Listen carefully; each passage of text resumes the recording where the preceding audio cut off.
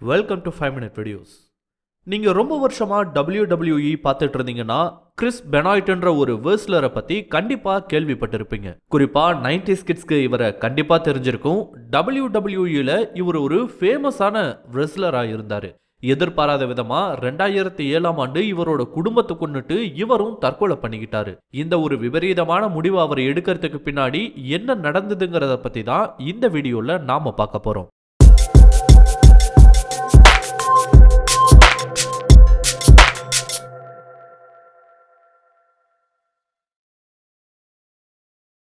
1967 கனடாவோட Montreal பகுதியில் பிறந்த ஒரு நபர் தான் Chris Benoit.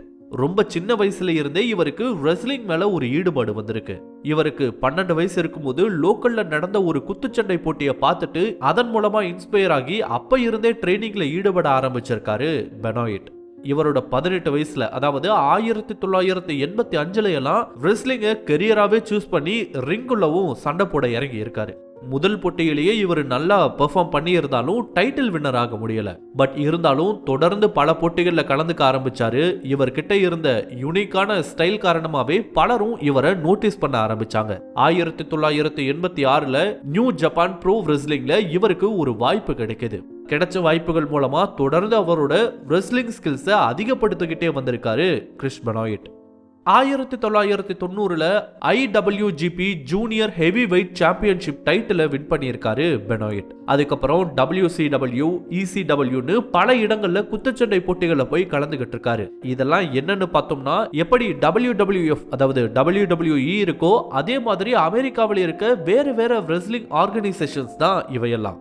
WCWனா world championship wrestling, ECWனா எக்ஸ்ட்ரீம் சாம்பியன்ஷிப் ரெஸ்லிங்.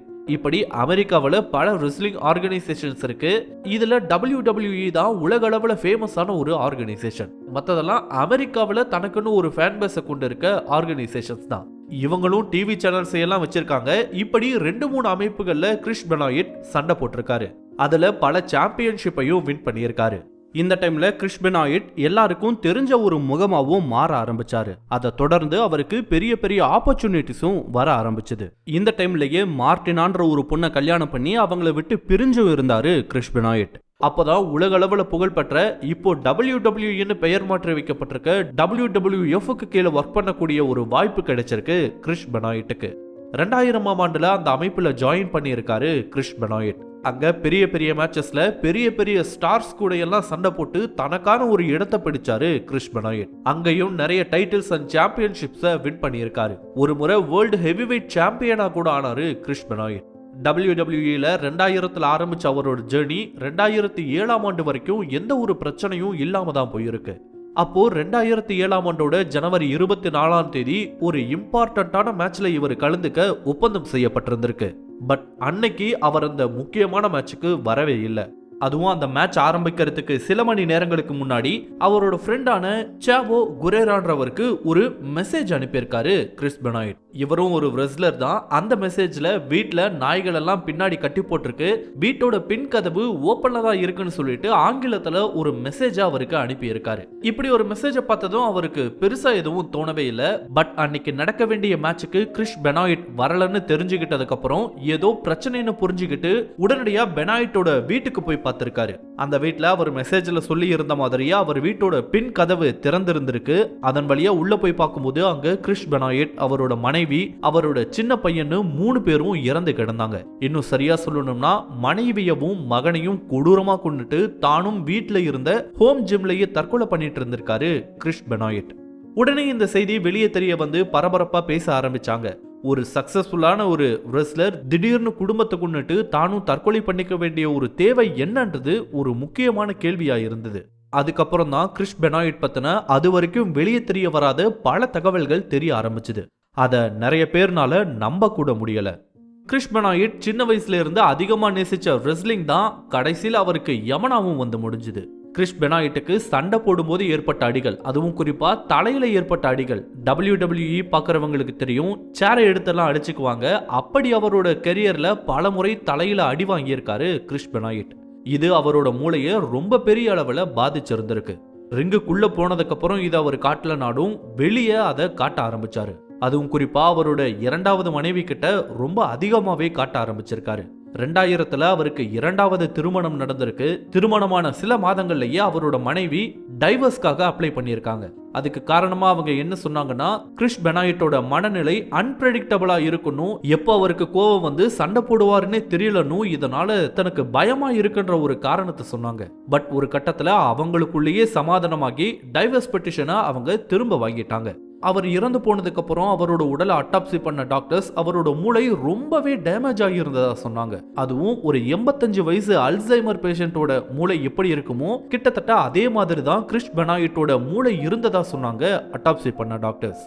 இது ஒரு பக்கம்னா, இவர் தொடர்ச்சியா எடுத்துக்கிட்ட ஸ்டெராய்ட்ஸும் இன்னொரு பிரச்சனையாச்சு. தன்னோட பிசிக்கை மெயின்டைன் பண்ண ரொம்ப வருஷமாவே ஸ்டெராய்ட் அண்ட் growth ஹார்மோன்ஸை இன்ஜெக்ட் பண்ணிக்கிற வழக்கத்தை கொண்டு இருந்திருக்காரு கிறிஸ் பெனாய்ட். இதனால அவரோட உடல்நிலை கொஞ்சம் கொஞ்சமா மோசமாகிட்டே வந்திருக்கு.